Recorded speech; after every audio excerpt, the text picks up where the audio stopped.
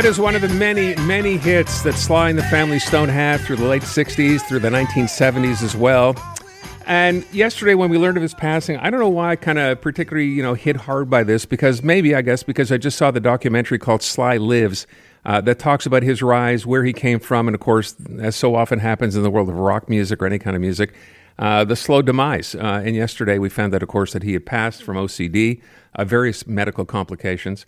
Eric Alper joins us from time to time. Eric's a publicist and he's a music historian. And Eric, if I can, first of all, with respect to Sly and the Family Stone as a band, I thought to myself, there have been a lot of bands that have had a lot of hits over the years. The difference, I think, for Sly, from what I took away from watching that documentary, is beyond just the music, beyond just the songs. It's the influence, the kind of music he was producing, the band was producing, the kind of influence it had on artists that followed.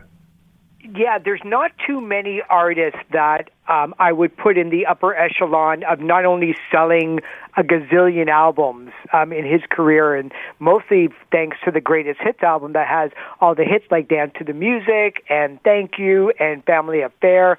But his influence is easily one of the top 10 of American music. While James Brown might have laid the groundwork for funk, Sly and the Family Stone turned it into something wilder and something more colorful and definitely more inclusive. Before diversity and inclusion became buzzwords that we all know and love, Sly formed a band that was both racially integrated and gender diverse. He had black musicians and white musicians, male and female, all on the same stage with equal visibility and respect. And it wasn't a gimmick for him. This was a vision from Sly of what America could look like. That's where you ended up with the Beatles then working, with other artists. You have Bruce Springsteen and the E Street Band. You have the Alabama Shakes. So not only was he tackling big issues like racism and class division and family and injustice and alienation, he was kind of one of the funkiest people going. Yeah, he really was. And it's funny because I learned that. Did you see the documentary Sly Lives?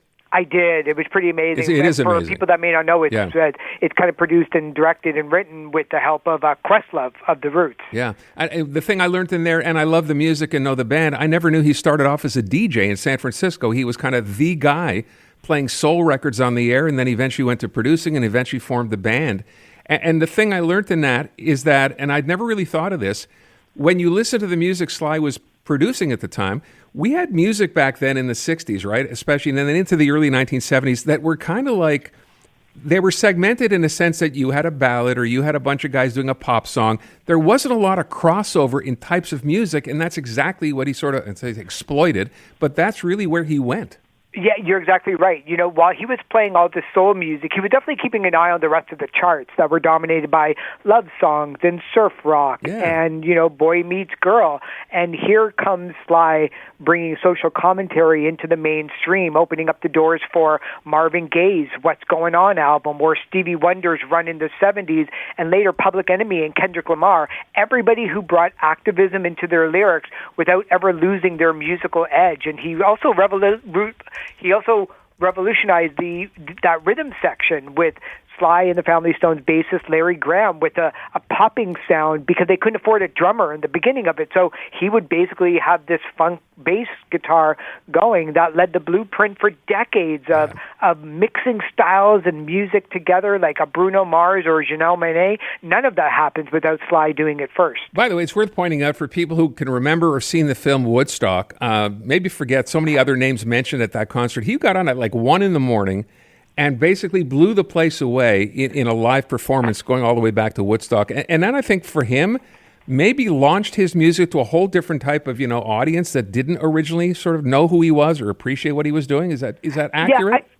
You're exactly right. I think so much of Woodstock's success was just the crossover that everybody suddenly saw artists like Sly and the Family Stone or Richie Havens for the first time, or, guitars playing with a sitar. And, during Woodstock, not only did he do that, but he performed at the Summer of Soul concerts in Harlem that received a huge response. And coincidentally, or maybe not so coincidentally, the Summer of Soul concerts were kind of reignited and fixed up by Questlove again, who actually put it up on the streaming services for people to see just how beloved he was to the Harlem, New York crowd back in 1969. See, but that when I say Woodstock, I think to myself, I can understand that crowd in New York, right? Primarily a black crowd out there, and then you go to Woodstock, where it's a lot of white kids. Let's be honest, that's who was out there for the most part, who maybe didn't know that music, and then along comes Sly, dressed to the nines, looking amazing, and playing "I Want to Take You Higher" for what seemed like 20 minutes, and then all of a sudden, people are like, "Who is this guy? Who is this band?"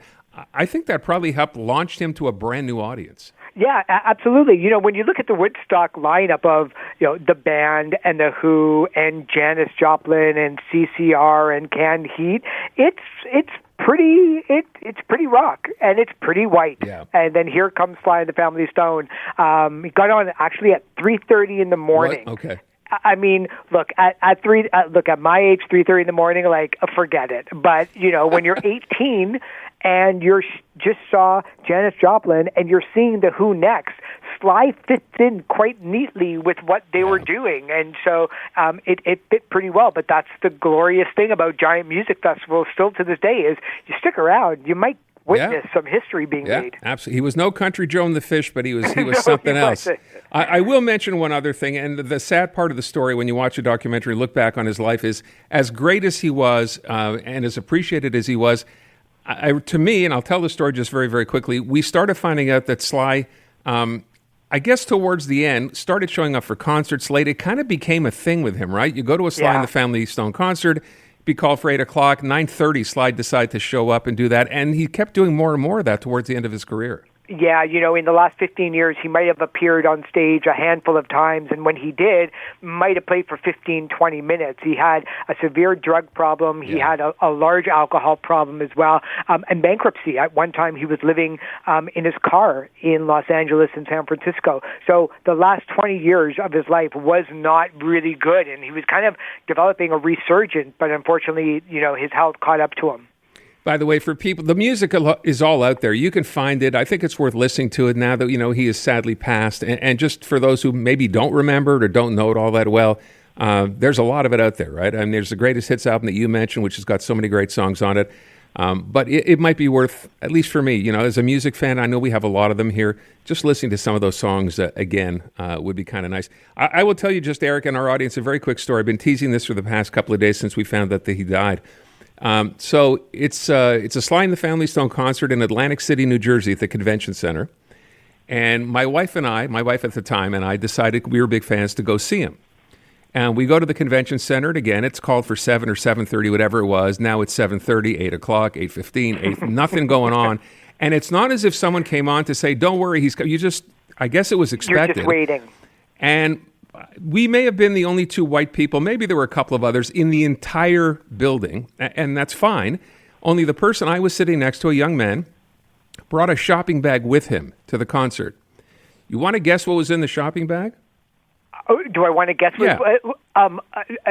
I couldn't even... Yes, you could. What was it? Yes, you could.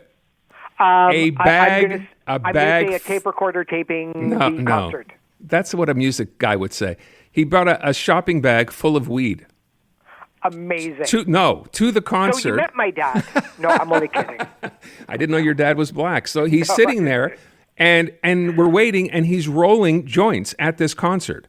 One after another after another. Now remember, we're two white people sitting in between all these people. They start passing the joint. You don't want to be rude as the joint makes its way down the aisle. So, they kind of they'd look at you if you didn't smoke. So we took a couple of puffs, whatever else, everything was fine. Eventually, Sly came on about 2 hours late. I don't know what they were smoking. I went to go get refreshments because we were hungry. I want to get a chocolate bar, whatever. I forgot how to walk. Amazing. Now, imagine Sly just saying that this stuff was weak. Yeah, there you go. Yeah. Okay. Well, I think that you just ended your political career with that one, but okay. This is why I love the station so much.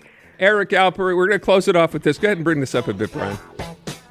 Eric, thank you so much. I appreciate it. Thanks so much, Aaron. We'll talk soon. Take good care. I think this song is also down in the history books as having one of the longest song titles in music. It's called Thank You for Letting Me Be Myself Again, all one word. Another thing Sly gave us. This great song.